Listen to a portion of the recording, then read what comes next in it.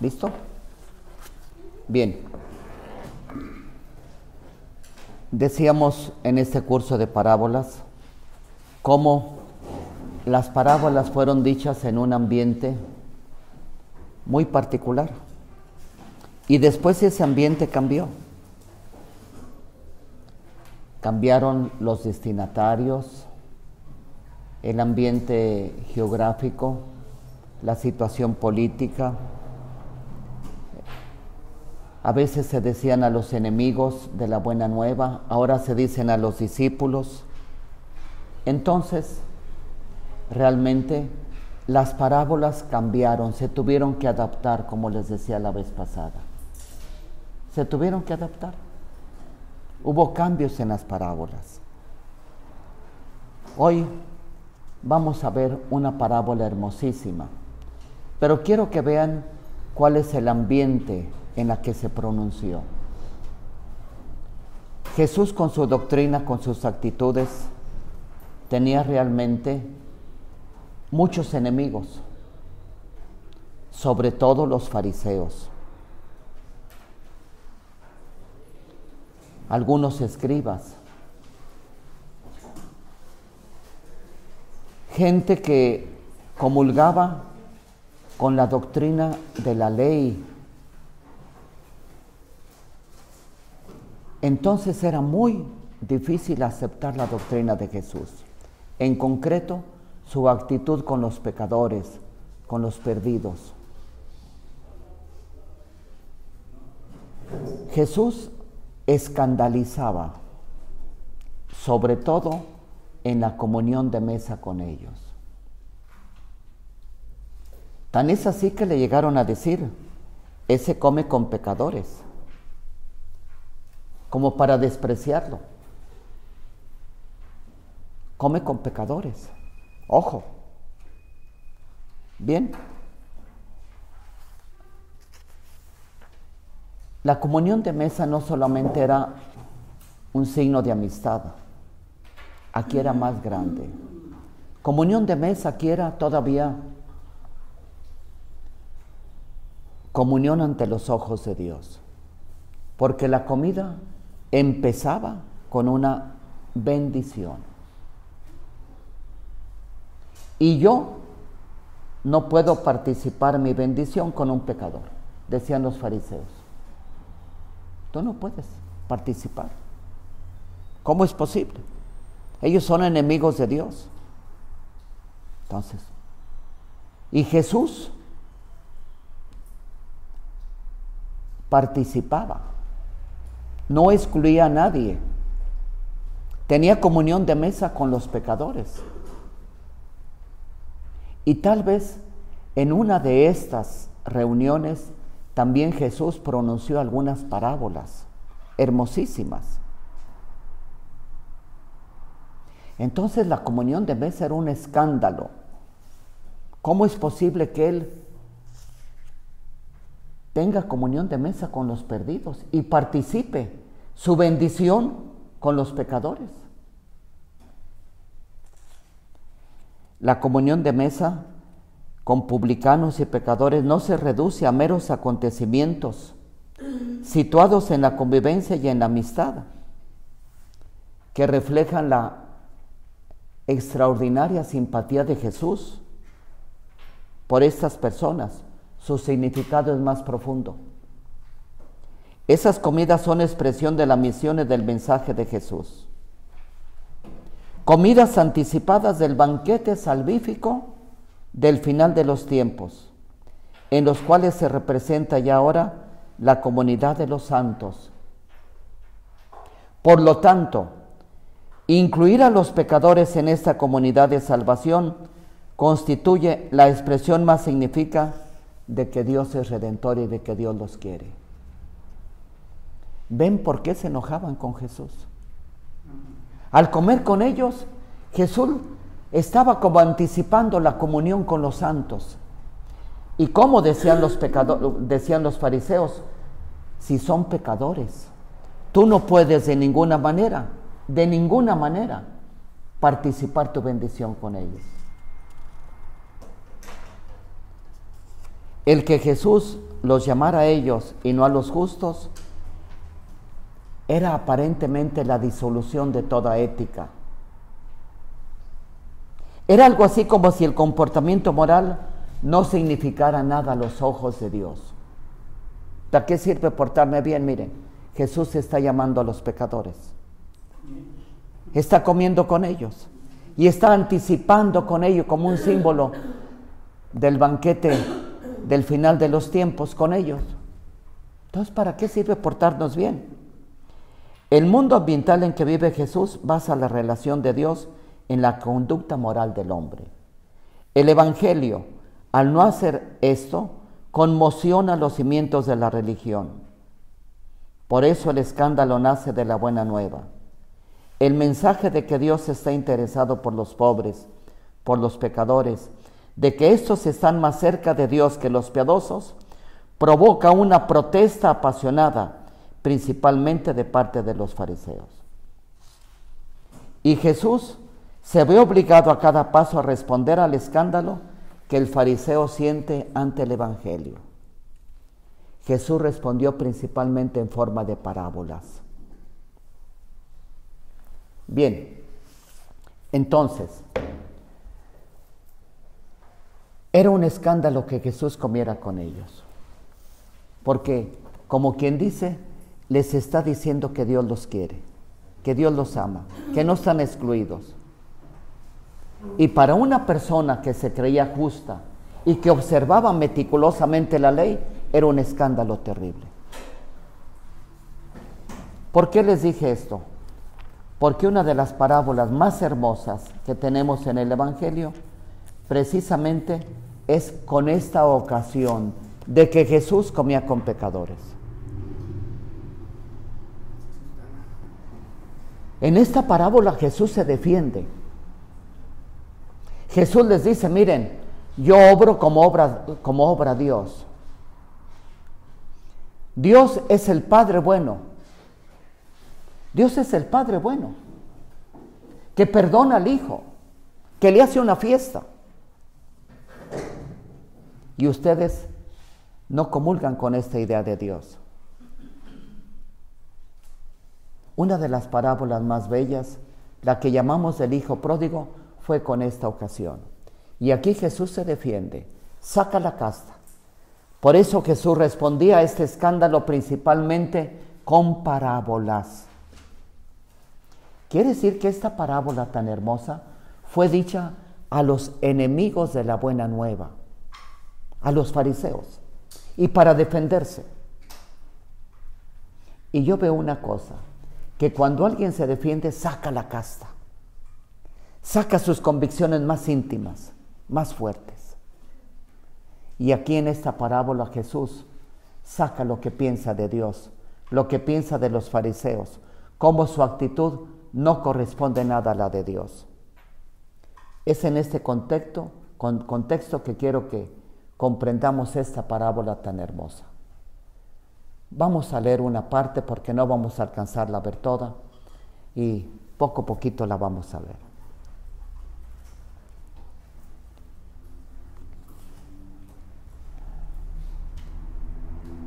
Todos los publicanos y los pecadores se acercaban a él para oírle.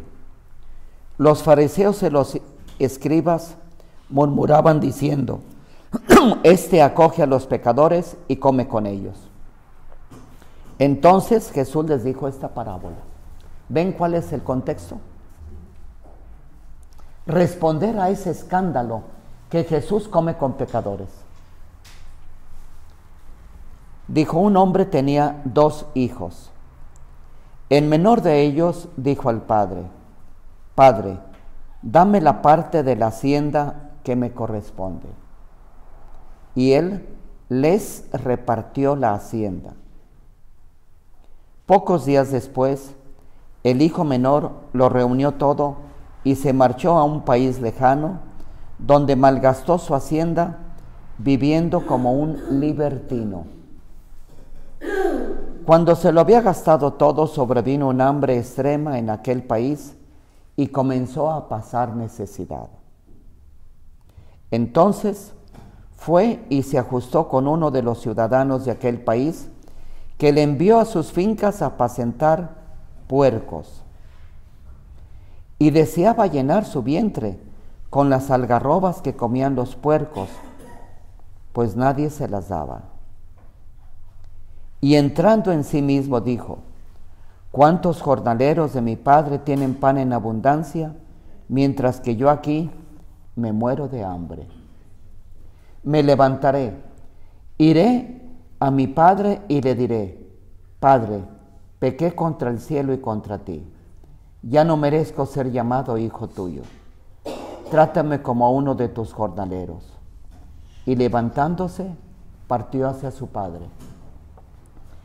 Estando él todavía lejos, le vio su padre y conmovido corrió, se echó a su cuello y lo besó efusivamente.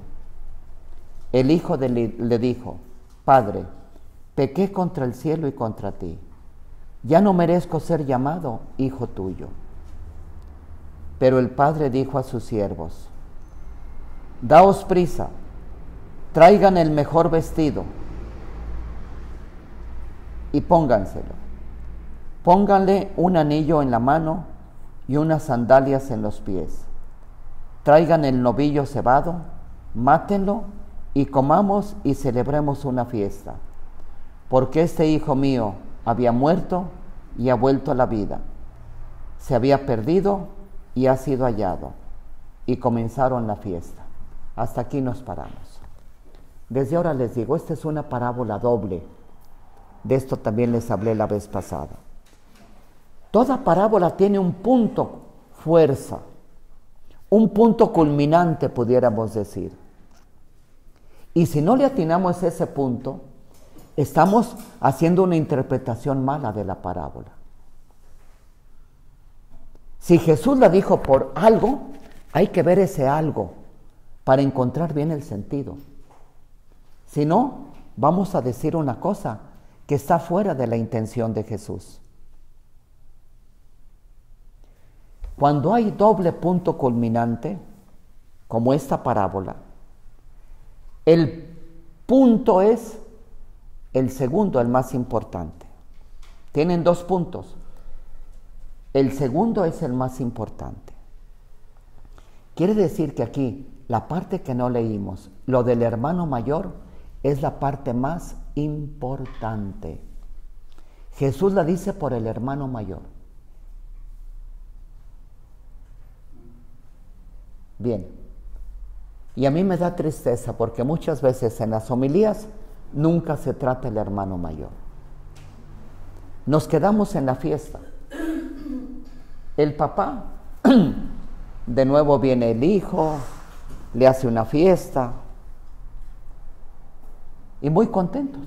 Y el hermano mayor, cuando Jesús pronunció esta parábola, precisamente por el hermano mayor. El hermano mayor representa a los fariseos, representa a los que criticaban a Jesús.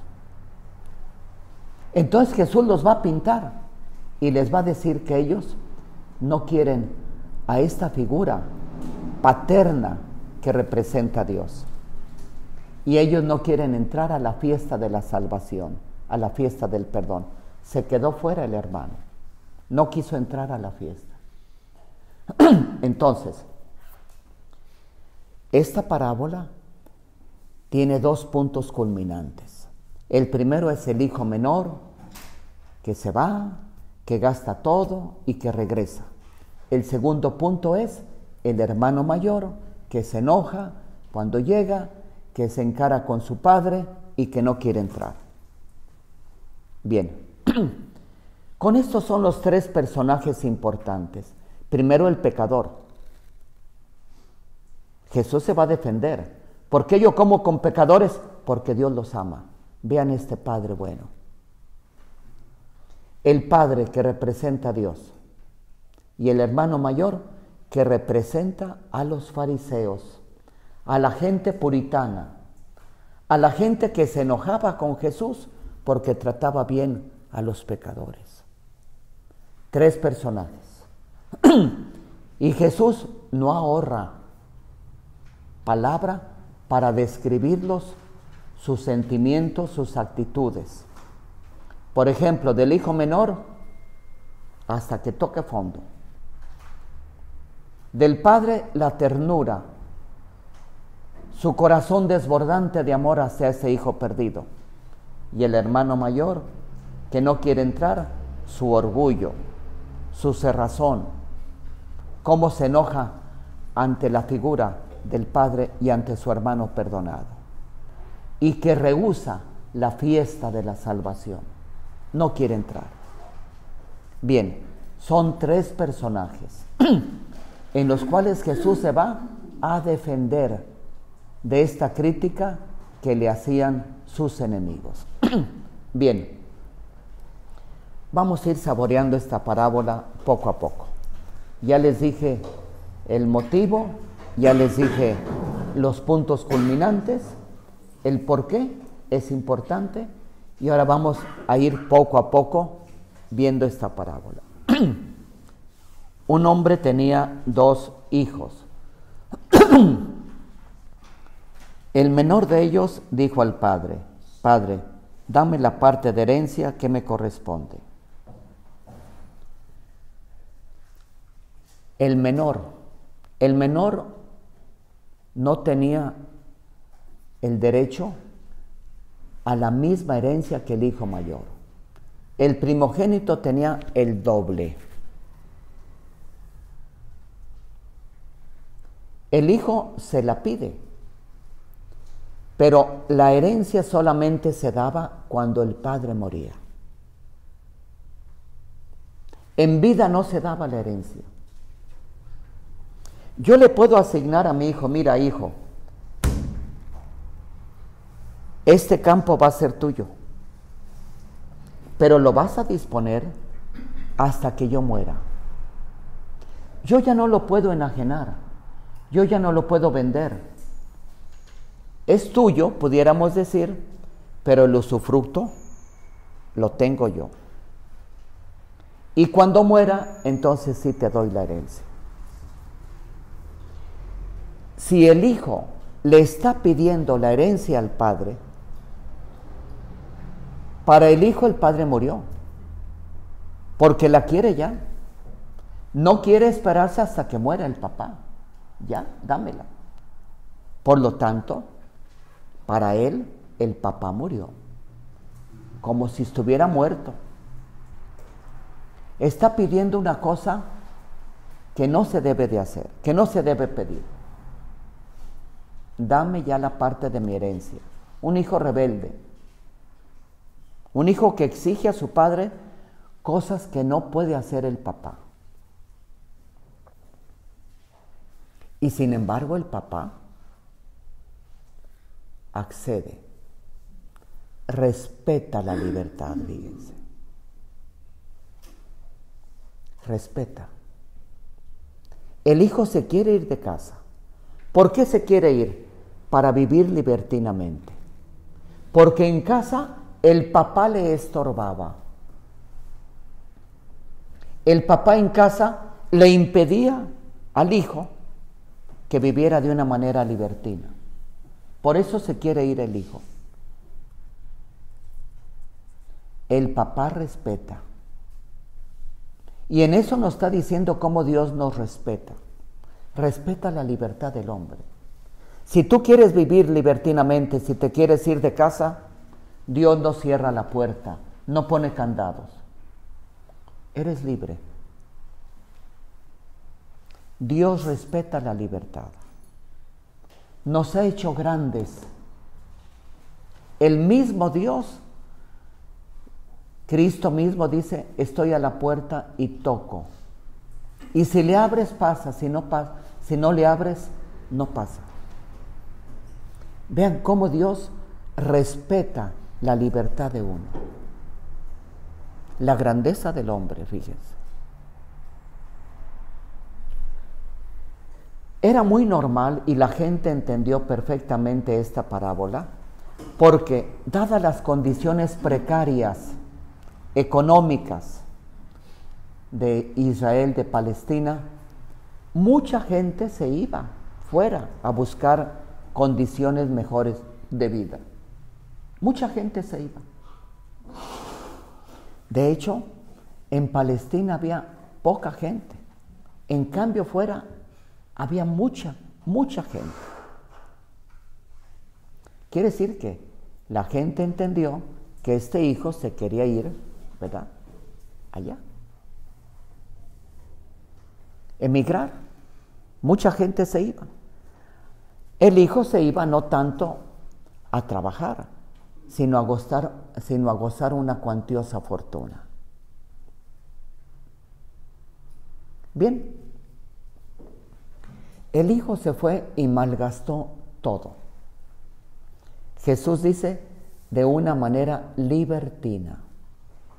Y después el hijo mayor va a acusar al hermano. Este hijo tuyo que gastó su fortuna, tu fortuna, con prostitutas, quiere decir que lo libertino, el hijo lo está ya acusando. ¿Qué clase de libertinaje fue? Este hijo tuyo que gastó en prostitutas. Me imagino el hijo saliendo con mucha riqueza. Dice que lo reunió todo. Quiere decir que tal vez la fortuna era de campos, de animales, de granos. Lo reunió todo. Lo cambió en efectivo porque no se pudo llevar todo el ganado. Se llevó plata, se llevó oro. Bien.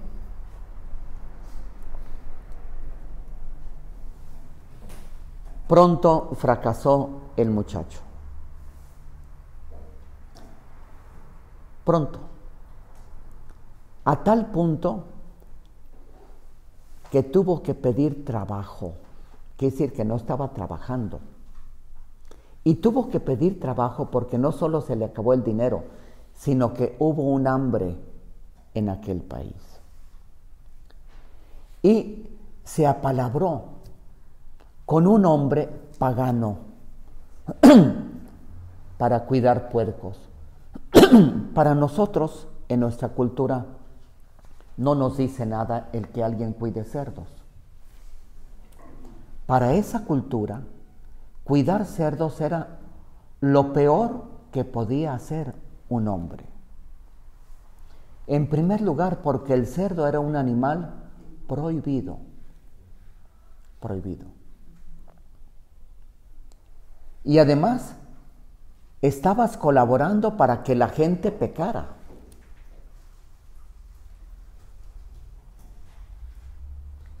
Quiere decir que tú quedabas también impuro y no podías celebrar el sábado.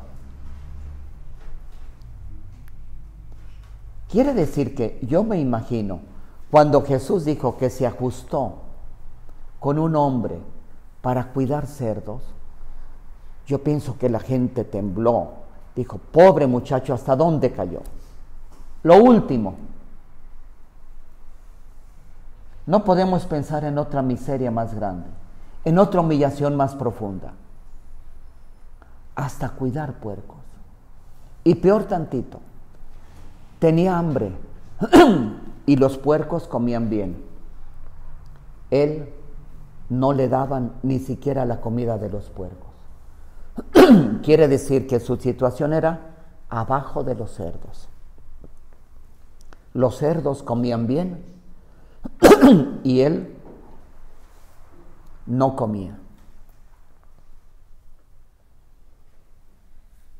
Estando así, en una situación extrema, reflexionó. En situaciones límites, el hombre a veces reflexiona. A veces necesita uno una lección fuerte para recapacitar. Cuando nos pasan cosas leves, uno se interioriza mucho. Pasó.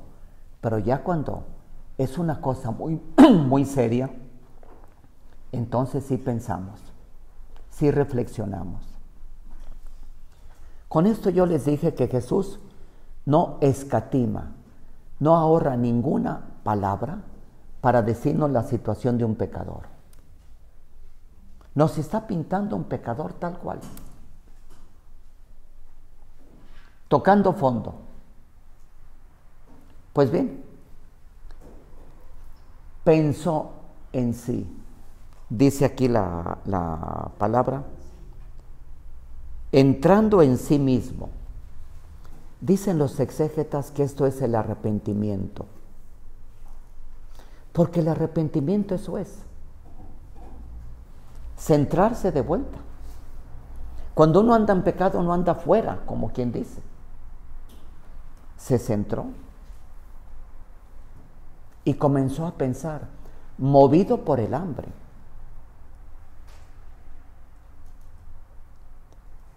Porque si sigue ahí muere. Y empieza a pensar, ¿cuántos jornaleros de mi padre tienen pan en abundancia, mientras que yo aquí me muero de hambre? ¿Por qué no pensó en otro patrón?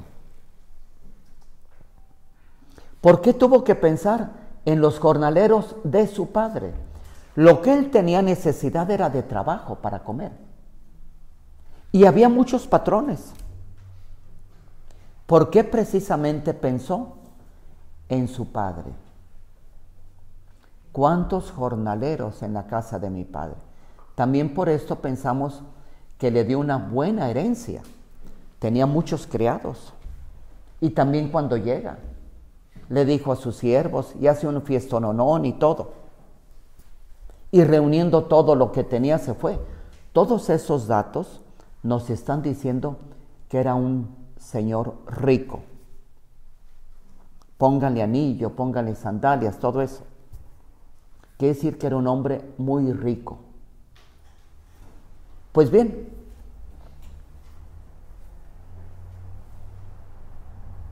el muchacho piensa en su padre. ¿Y saben por qué? Porque la huella del amor no se borra. No se borra. Y esto aplicado a nuestra vida, la huella del amor de Dios no se borra en nuestra alma, aunque uno ande perdido. Aunque uno ande perdido, no se borra. Permanece ahí. Y sale, aparece. Apareció su padre. ¿Cuántos jornaleros de mi padre? Me levantaré e iré hacia él. No se le olvida cómo es su padre. Sabe que es bueno. Esa huella no se borró en su corazón, en su vida de libertinaje. Ahí está. Una vez yo estaba explicando esto en un curso fuera de México. Y a ese retiro fue un muchacho que estaba peleado con Dios, que no practicaba su religión durante 6 años, por cosas muy serias que le pasaron en su vida. Muy serias. Y él quedó muy resentido. Y ni siquiera quería oír hablar de Dios. Le molestaba. Fue a un retiro porque trabajaba de maestro y la directora invitó a todos y él tal vez fue no tanto por acercarse a Dios, sino por quedar bien con la directora y no perder el trabajo. Y cuando yo le dije esto, ¿por qué el hijo menor piensa en su padre y piensa en volver? Él se agarró llorando. Y no aguantó y me pidió la palabra y dijo, yo era ese hijo, y la huella de Dios no se borró en mi alma, y nos contó su historia. Una situación muy dura, muy dura. Y entonces, pero esa huella está aquí, y por eso me levantaré e iré a la casa de mi Padre. Y eso es lo que yo pienso, que la huella de Dios no se borra en nuestra alma, por más mal que andemos. Me levantaré e iré a la casa de mi Padre.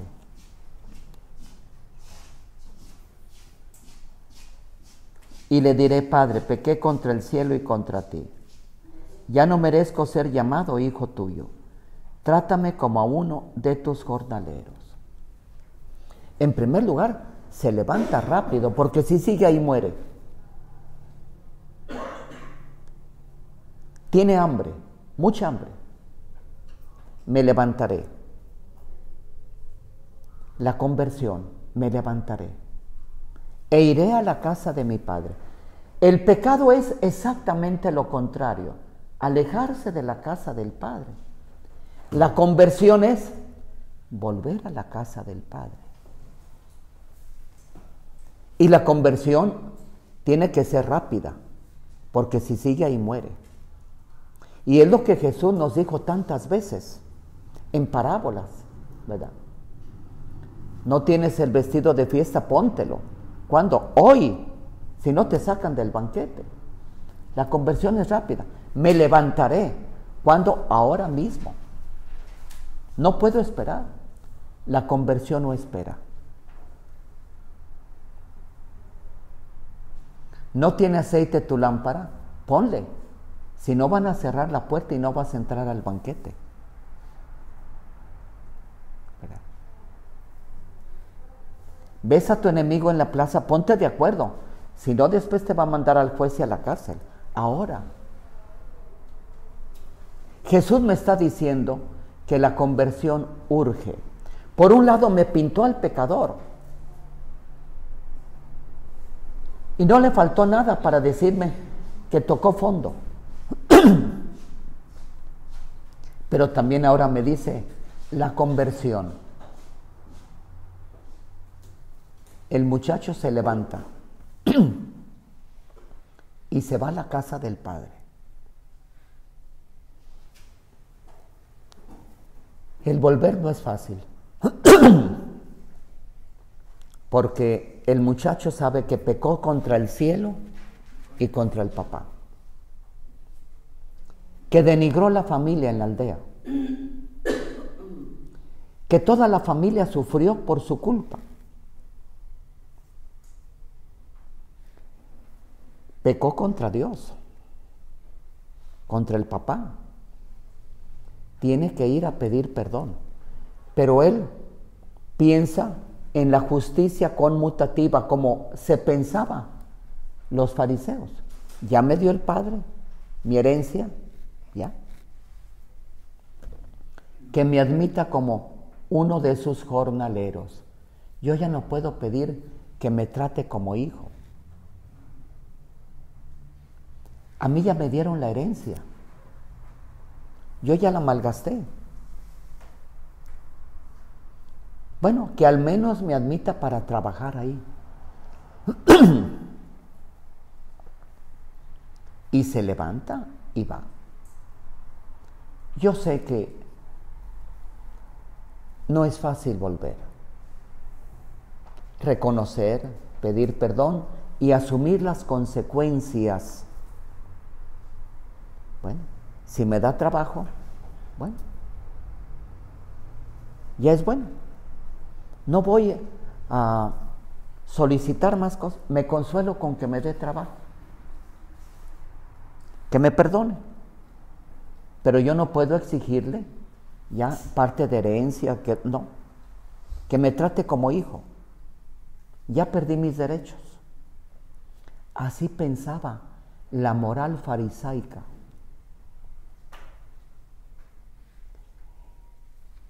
Y nos dice algo muy hermoso la parábola. Dice, Estando él todavía lejos, le vio su padre y conmovido corrió. Imagínense cómo lo vería. Cuando salió era un joven apuesto, rico, lleno de salud. ¿Cómo llega ahora? Derrotado. ¿Cómo llega ahora? Mal vestido, harapiento, enfermo, sucio, flaco. Eso en su cuerpo. Pero ¿cómo estaría su alma? Con una cruda moral terrible. ¿Por qué? Porque él siente su pecado. ¿Por qué lo hice?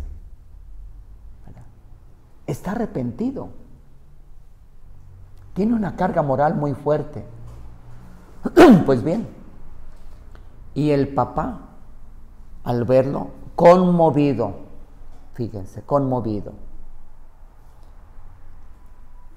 El verbo griego que usa es como que las entrañas se estremecieron. Se estremeció el papá.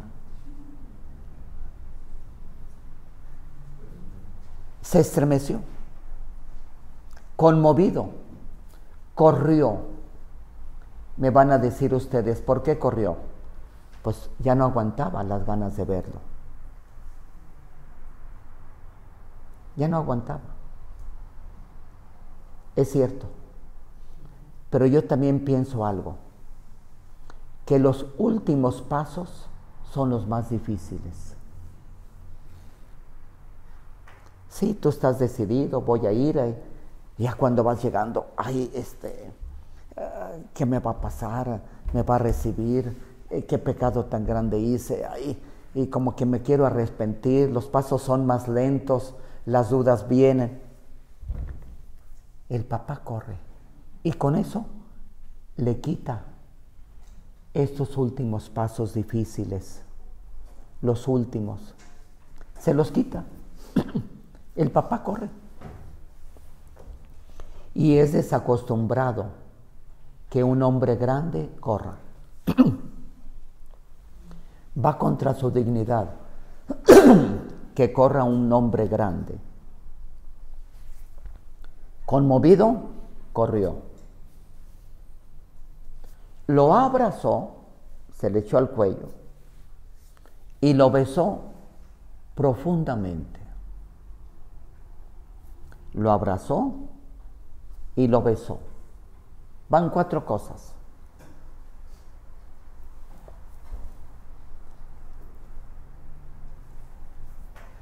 El beso significa perdón. Si dice que algunas traducciones dicen, lo besó reiteradamente, otros profundamente. ¿Qué me está diciendo? Que lo perdonó totalmente. Sin decirle una sola palabra, le está diciendo ya que lo perdona. Porque el beso significa un perdón. El hijo corre, el papá corre, lo abraza y lo besa. El hijo ya está perdonado. Empieza a decir algo el hijo, su confesión, y el papá la interrumpe.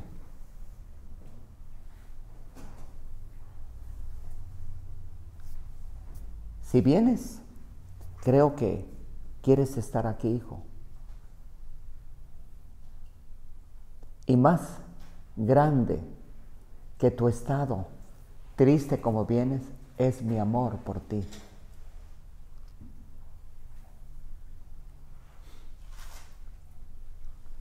A mí me conmueve esta actitud del papá que representa a Dios.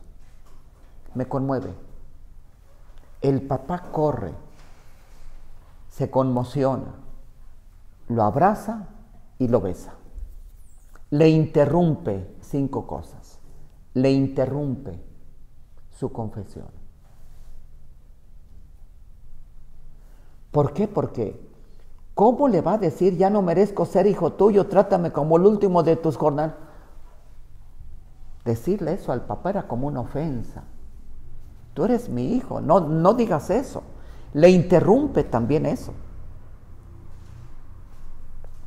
Y rápido le dice,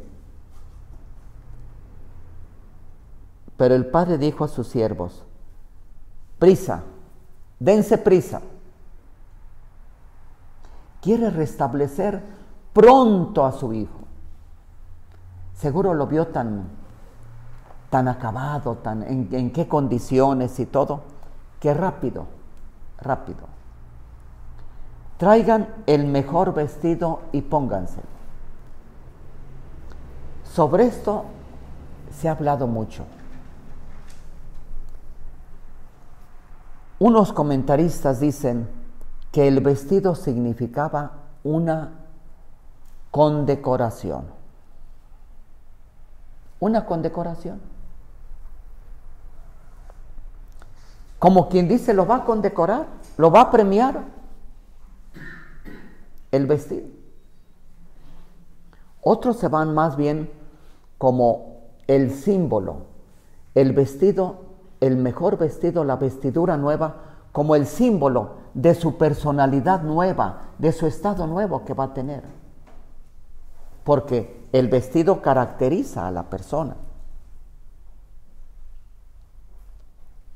Tú ves a una persona de blanco en un hospital y que trae aquí el estetoscopio y todo, dices, pues es un médico, un enfermero.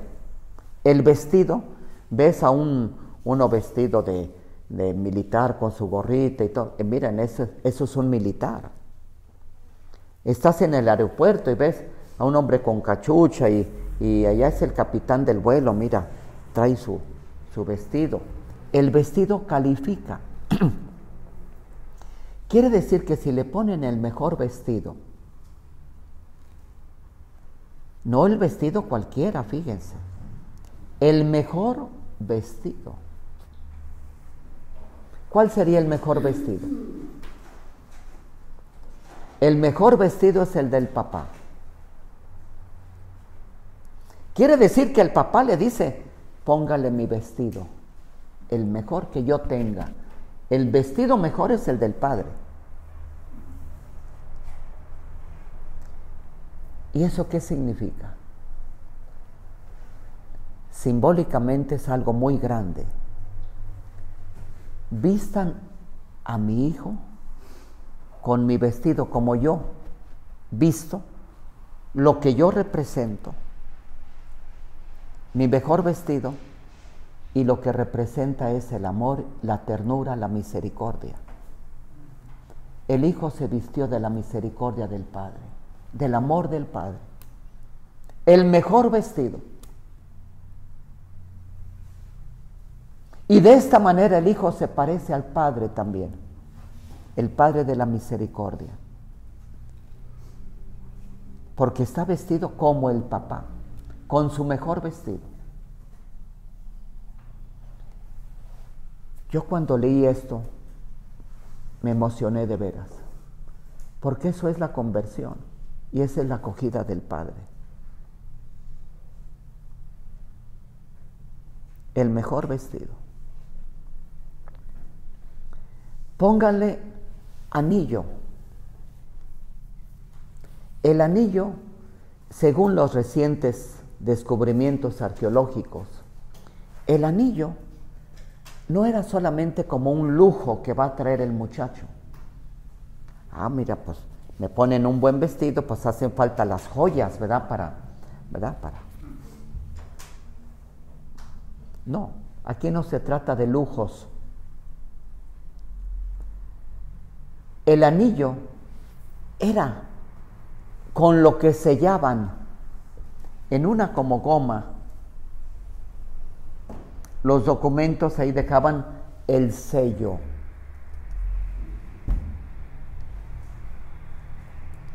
Si le pone anillo al hijo, ¿qué le está diciendo? Hijo, puedes sellar, tienes chequera,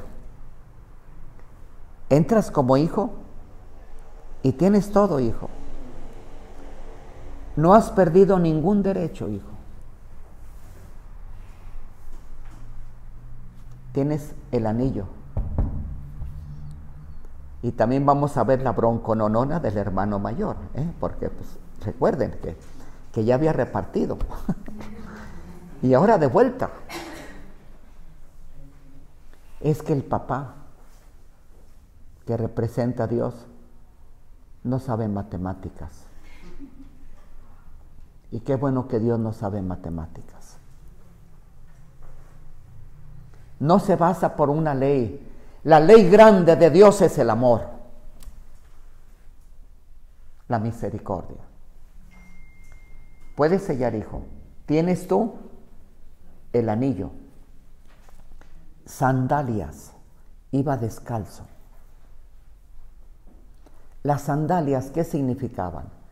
Las sandalias era el hombre libre. Los esclavos andaban descalzos. El hombre libre, calzado. Hijo, tú eres un hombre libre. Eres mi hijo. Entras como hijo, no como criado. Exactamente lo que le dijo el hijo, o lo que pensó decirle, ¿verdad? Me levantaré y le diré, Padre, pequeña, y que le dice, Padre, pequé contra el cielo y contra ti, ya no merezco ser llamado hijo tuyo. El papá, con hechos, le está diciendo todo lo contrario. No solo hijo, también heredero. Y entras calzado, no entras como un criado, entras como un hombre libre, no como un esclavo.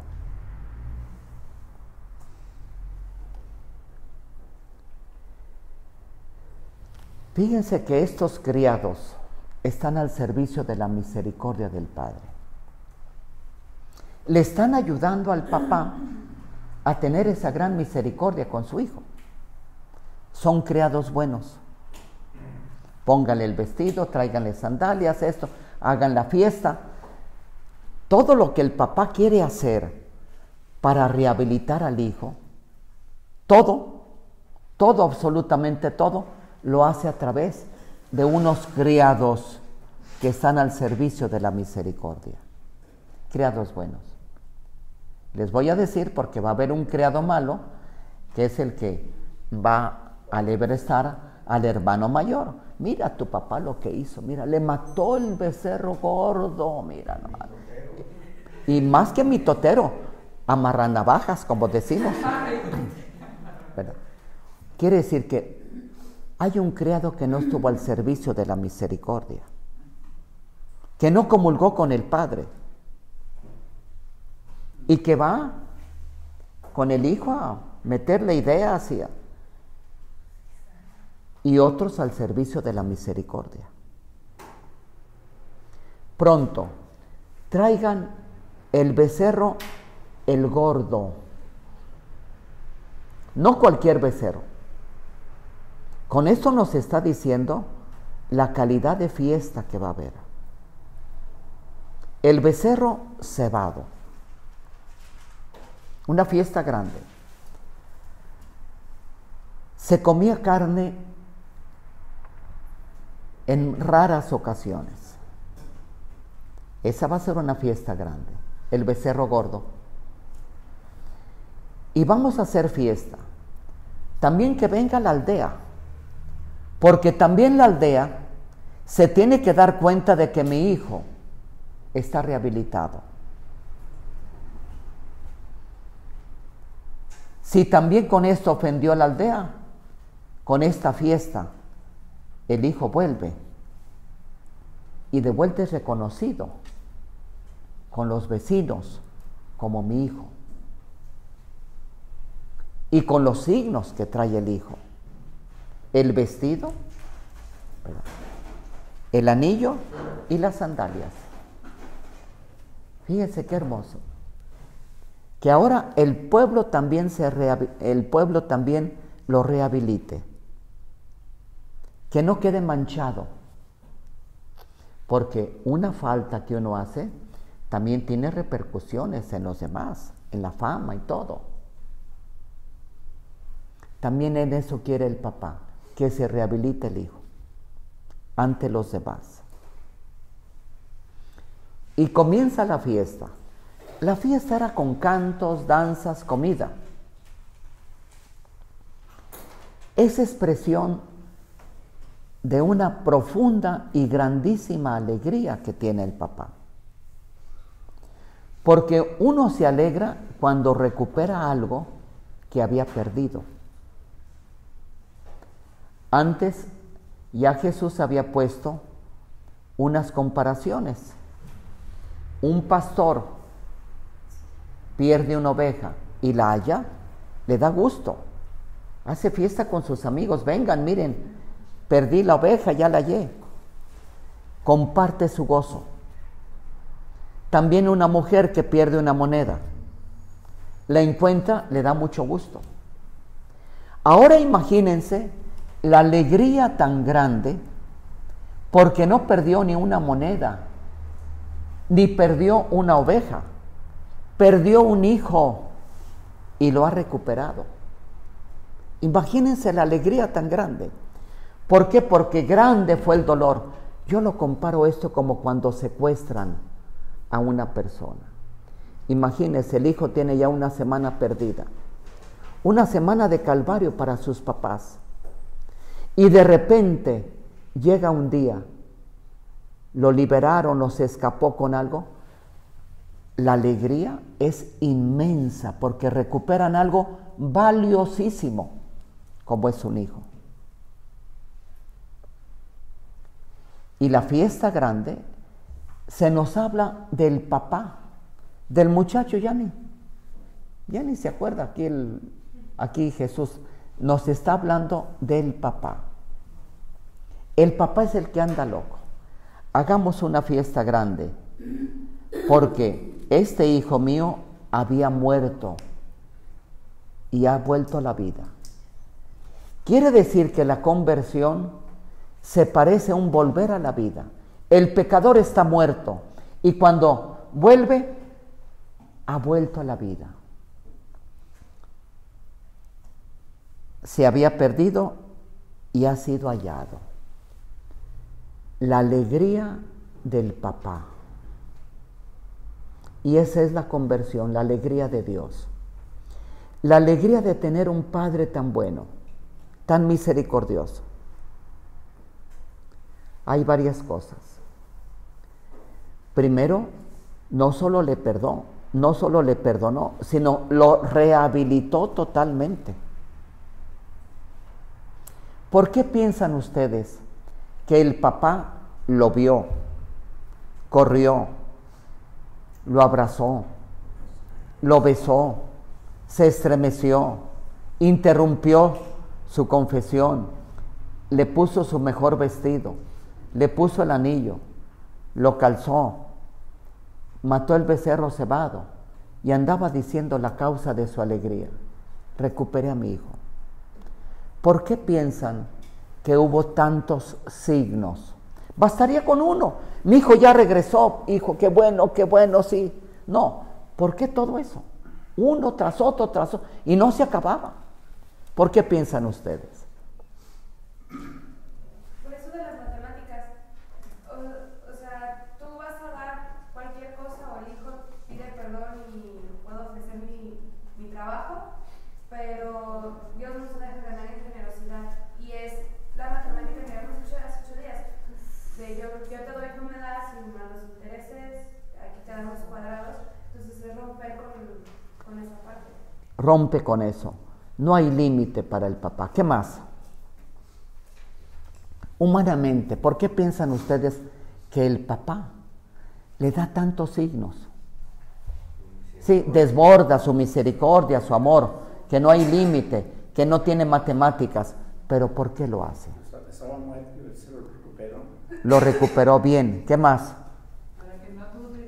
Para que no dude de él.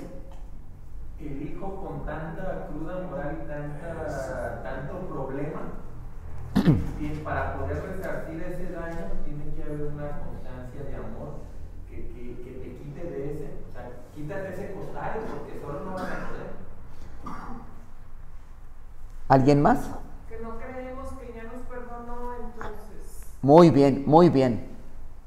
Porque para reconocer primeramente reconocer lo malo que anduvo haciendo y todo lo empecatado que estaba, el reconocimiento primero y luego el arrepentimiento, para poder acercarse a aquel a quien se le causó la falta, es muy grande. Ese reconocimiento y esa aceptación de uno como lo peor, caray, cuesta. Muy bien. Para valorar el precio que tiene el pecador a los ojos de Dios. Muy bien. Porque el hijo quizá humanamente llegó totalmente destrozado, sin recurso humano alguno para poder él resarcirse. Muy bien. Pues ya lo dije, sí. Como usted dice, quería rehabilitarlo totalmente. Pues ya lo dijeron, pero eso es. Yo creo algo que su falta fue tan grave, su cruda moral era tan fuerte, que, como dijeron allá, tenía que convencerse que el papá lo perdonó, que el papá lo quería. Que el papá lo quería. Y un signo. Y yo pienso algo, que gracias a que se fue el hijo, gracias a que se fue, pudo comprender todo lo que valía lo que dijeron ahorita, todo lo que lo quería el papá, con esta recepción tan grande, y que la necesitaba, porque la autoestima de este muchacho estaba bajo cero. Y entonces era necesario una cosa, otra, para que él se convenciera. Pero hay otra cosa. Cuando uno llega humilde, con la conciencia de que uno no merece nada, de que todo va a ser don, de que todo va a ser misericordia del Padre, entonces se valora todo, lo que antes no se valoraba. Me dio el vestido, yo no traía. Me dio las sandalias, entro como hijo. Me dio el anillo, soy heredero. O sea que el pecado se valora frente al amor de Dios. Ahí está. Para que tú comprendas tu pecado, es necesario que sientas cómo te quiere Dios. Es lo mismo que le pasó a Pedro. Pedro sintió, gracias a su negación, todo lo que lo quería Jesús. Y es lo que nos dice la iglesia el Viernes Santo. Oh feliz culpa de Adán, que nos mereció tan grande Redentor. Feliz culpa. ¿Cómo que feliz culpa? Feliz pecado. Sí. ¿Por qué? No por lo que... No. ¿Por qué? Gracias a este pecado, el Hijo comprendió. Jamás se va a volver a ir el Hijo. Jamás. Porque ahora lo atan los lazos del amor. Y Dios, que no tiene matemáticas, en la bronca que se metió el papá. Por eso les recalqué, les repartió la herencia, no le repartió a él, no, a los dos. Bueno, pues, mira, hijo, y también al mayor. Por eso es la broncononona cuando llega el hijo también. ¿Por qué le vas a dar? Esto es mío. El papá mismo le dijo, hijo, todo lo mío es tuyo. Pero era necesario también hacer eso. ¿Por qué? Por el perdón de Dios. Que Dios rompe con esas leyes donde entran las matemáticas. Para Dios no hay matemáticas. Y qué bueno. Y así lo demuestra Dios en tantas parábolas. El último va a ser el primero. ¿A quién se le ocurre? ¿Verdad? Se te pierde uno vale más que 99, ¿estás loco? Pues reprobado, ¿verdad? Les paga igual a los trabajadores, a los que trabajaron 1 hora y a los que trabajaron todo el día. No saben matemáticas. ¿Por qué? Porque el amor no tiene cálculos. Y Dios es amor. Y qué bueno que no nos mide así. Por eso este hijo que estaba perdido, lo rehabilita totalmente, totalmente. Así como Jesús no ahorró palabras para decirnos hasta dónde tocó fondo, ahora no ahorra palabras para decirnos cómo es el perdón de Dios. Volver a la vida, entrar como hijo, y todavía más. Yo creo que nunca el hijo se hubiera puesto el mejor vestido si no se hubiera ido. Ahora lo necesita para que sienta el grandísimo amor de Dios. Por eso Dios se desborda con el pecador. Recuerden que les está diciendo cómo Dios perdona a sus enemigos, a los que lo estaban tachando. ¿Por qué les perdonas? ¿Por qué comes con pecado? Fíjense cómo es Dios. Cómo rehabilita al pecador. Cómo lo quiere. Bien, ¿qué horas son? Por eso sí, vamos precisamente. Sí, así es. Qué bueno que tenemos tiempo todavía. Bastaría entonces ya hasta aquí la parábola, muchos hasta aquí la consideran. Y cuando sale la parábola del hijo pródigo, oigan ustedes en su iglesia, en su parroquia, esto, y punto. La otra parte, la del hermano mayor, no la tratan. Y ya les dije, cuando una parábola tiene doble punto culminante, el segundo es el más importante. Quiere decir que esta parábola Jesús la dijo por el hermano mayor. ¿Que a quién representa? Representa al fariseo, a los enemigos de la buena nueva. A ellos representa. Bien, su hijo mayor estaba en el campo y al volver, cuando se acercó a la casa, oyó la música y las danzas. Él era el criado obediente, el hijo obediente, criado hijo, porque él trabaja. Volvía del trabajo. No ha desobedecido órdenes del papá. No se fue de casa. Es el hijo bueno. Como pensaban los fariseos, el que obedece, el que cumple. Pero tiene frío el corazón, como vamos a ver, como lo tenían ellos. Oyó la música, oyó la fiesta. Para él era salud, para él era sorpresa. Y llama a uno de los criados que no está al servicio de la misericordia. Uno de los criados que está más bien al servicio de las matemáticas, al servicio de que, ¿por qué lo perdonan? ¿No? Ya no tiene derecho. Y luego mira, le hace un fiestononón, y a ti ni siquiera te da nada, mira, y a él el becerro gordo. Mira tú, él anda con el mejor vestido. Mira, trae sandalias nuevas, trae anillo. Entonces, este hombre le da mucho coraje, ¿verdad?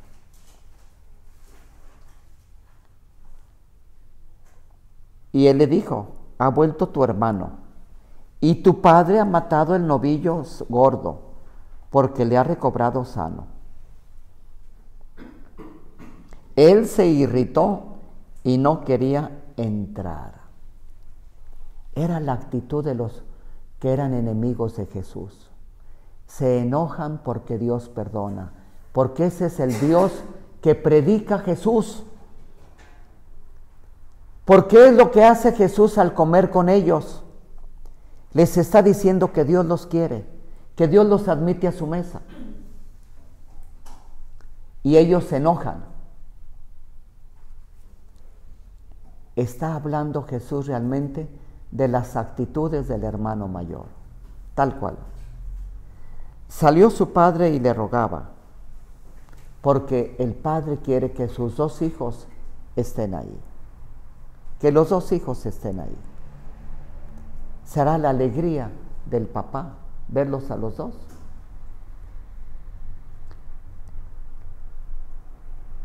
Pero él le replicó a su padre. El papá le rogaba que entrara. El hijo no quiso. No quiso. Hace tantos años que te sirvo.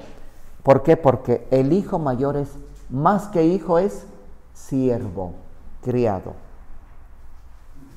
Hace tantos años que te sirvo y jamás dejé de cumplir una orden tuya. Jamás. Y los fariseos así eran meticulosos en la observancia de la ley. Meticulosos. No comían, por ejemplo, nada que no les constara que se había pagado el diezmo. En la mañana iban a ver las matitas nuevas que nacieron en su jardín para dar el diezmo. Eran meticulosos. Jamás he desobedecido una orden tuya. Jamás. Y tú no me has dado nada. Un chivito para comérmelo con mis amigos.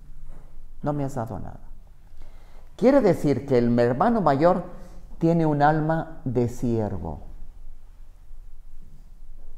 de trabajador y de matemáticas. Yo trabajo para que tú estás obligado a pagarme y no me has dado. Él no entiende la gratuidad. Él no entiende la misericordia, el perdón.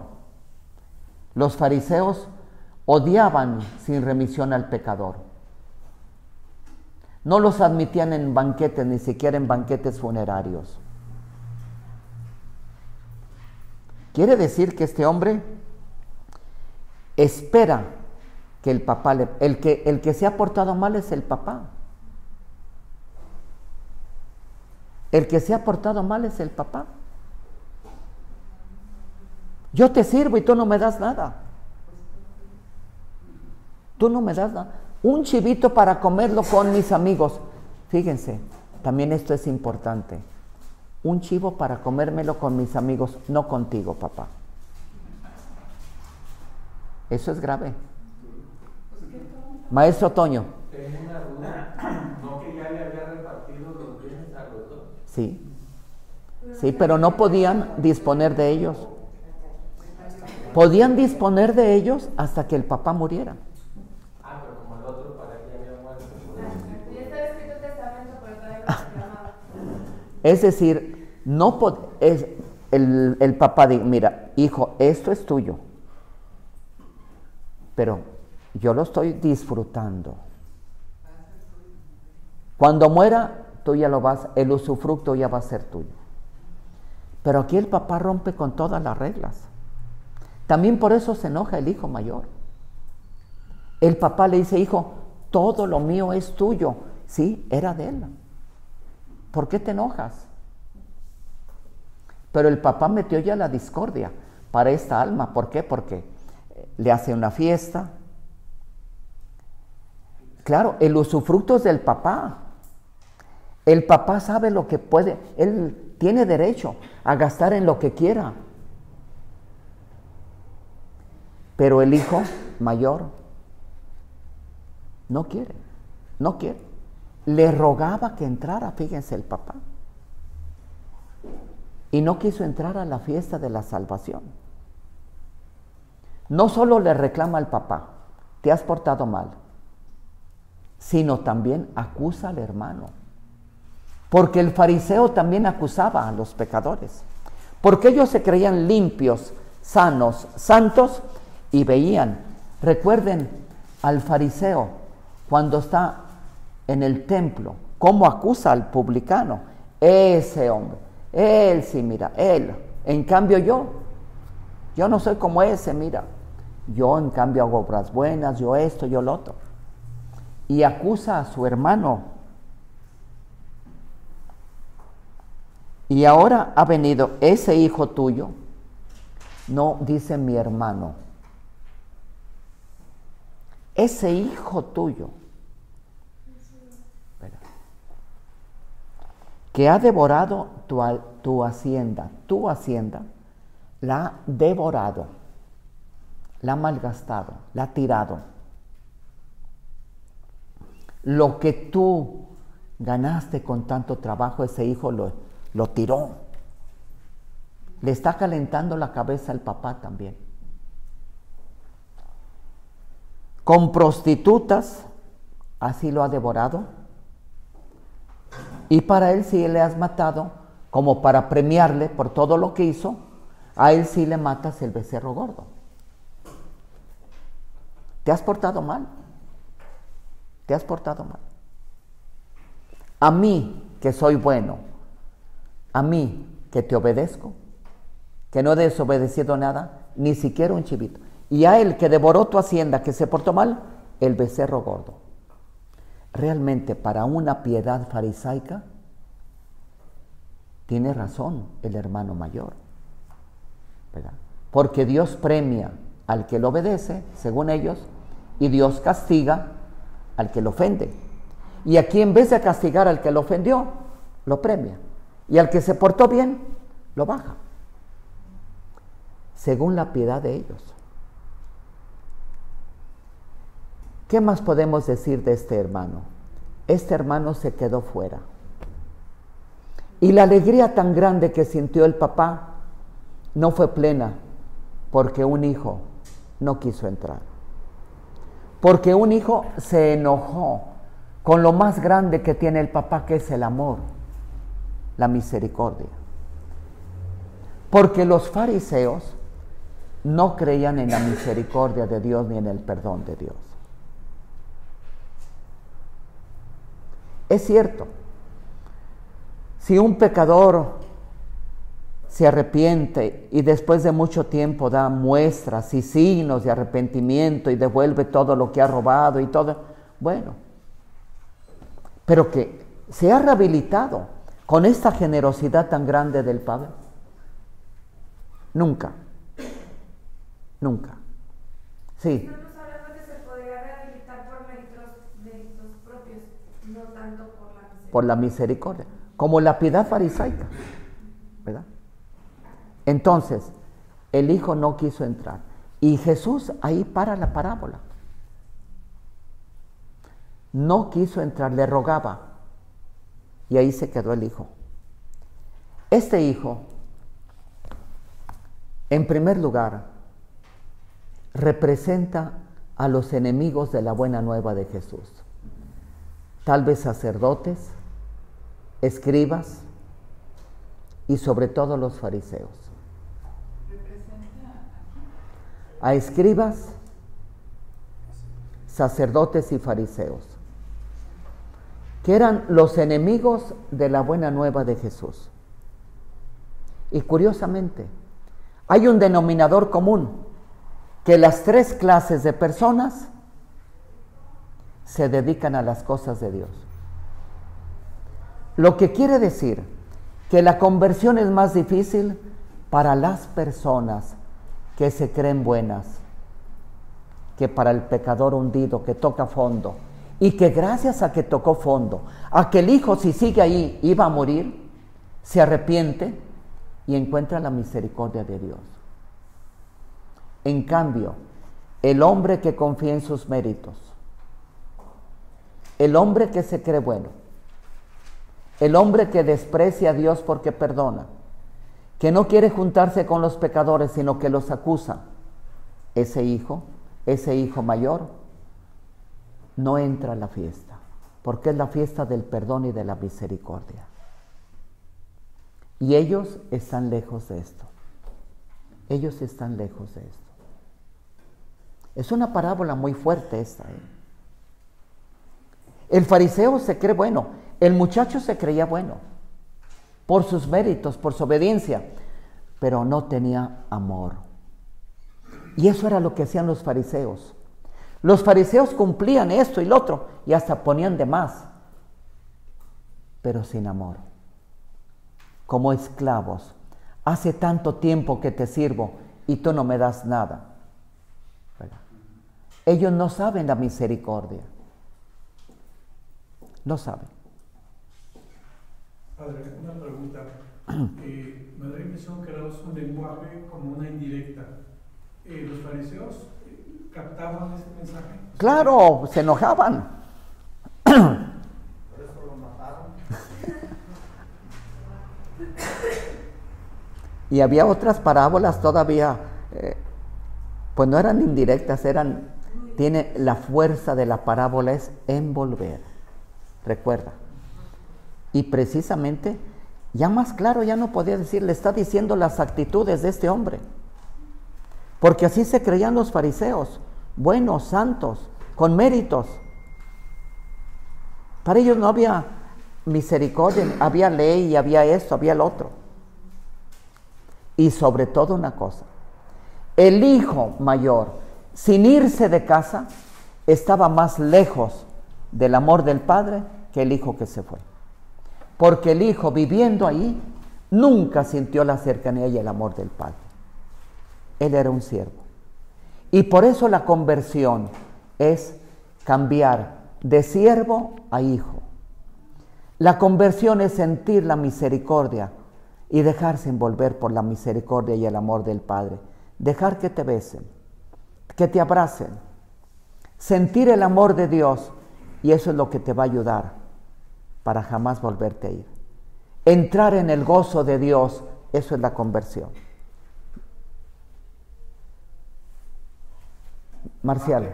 Desde que empezó a explicar lo del hijo mayor, yo hablo por mí, se me empezó a hacer algo muy difícil escucharlo, porque inmediatamente se me viene a la mente quienes prestamos un servicio en la iglesia, quizás lo estamos haciendo porque me quiero salvar, no porque quiero al hermano,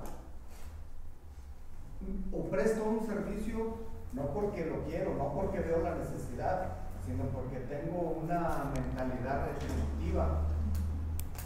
Quiero salvarme, por eso ando en esta actividad. Entonces creo que es un cuestionamiento muy fuerte. En verdad estoy con el pobre porque lo quiero, porque comparto su necesidad, comparto su sufrimiento, o porque yo estoy pensando en otras cosas. Como el hijo mayor, con esto me dice que el hijo mayor estaba cuidando la herencia, no estaba cuidando al padre, estaba cuidando lo que alguna vez le iba a tocar a él. Y a veces que estamos mucho en un servicio en el templo, estamos en todo menos en el amor. Cuidando lo que nos va a dar Dios. Hay ya mencionó la cosa importante de que cuando le dice ese hijo tuyo, pues no está diciendo mi hermano, lo está diciendo de forma despectiva, pero también no menciona al padre. El padre le decía que se pasara al festín, pero él no le dice no padre ni nada, ni lo menciona, como no reconociéndolo, como usted lo acaba de decir, la actitud farisaica. Y es que también hay una cosa, miren, cuando tú no reconoces al Padre, no reconoces al Hijo. Si no hay paternidad, no hay fraternidad. Al negar a su hermano, está negando al Padre. Y ellos, los fariseos, se creían los buenos, el hijo bueno, el hijo obediente. Y realmente fueron los que no entraron a la fiesta de la salvación. Es una parábola entonces de defensa, como les dije, donde Jesús justifica, defiende su postura de acercamiento a los pecadores porque ellos lo criticaban. Y nos muestra tres personajes: el pecador, el hijo menor, la bondad del Padre, que se parece más bien a las entrañas amorosas de una madre, y el hermano mayor, que son los enemigos. El más mal parado en la parábola fue el hermano mayor. Y ellos sí comprendieron todo esto, ¿eh? ¿Y no le dieron chance al hermano mayor de reivindicarse, por eso cortó la parábola? Porque no dice se fue o no dice... Ahí se cortó. Ajá. Yo pienso que está... Es la doble parábola. La dejó. que nos está diciendo la actitud, ¿verdad?, de los fariseos, que era cerrada. Por más que los invitaba Jesús a que se convirtieran y todo, ellos se cerraron. No quisieron entrar a la fiesta de la salvación. No aceptaron el Dios de Jesús. Y eso es convertirse. Convertirse es decir, Abba, perdóname. Sentirse hijo. Abba, perdóname. Y sentir el abrazo del Padre. En cambio, el mayor, nada de papá, nada de nada, como un siervo sin amor. Bien, sí, diga. Bueno, es que se fijaban mucho en entrar limpios, en no estar impuros, de no haber tocado a alguien impuro, un fallecido, se lavaban hasta los codos, seguían los ritos de los sacrificios, ¿sí? Todo eso lo cumplían, pero era cumplir un externo, no de purificarse ellos internamente. Eran sepulcros blanqueados. Ajá, sí. Por dentro había odio, por fuera cumplimiento. Muy bien. Acosta Macías. Acosta Macías. Aguilar Jauregui Marcial. Presente. Franco Jiménez Miguel Ángel. Presente. Franco Martínez Belia. Presente. Franco Vázquez Erika.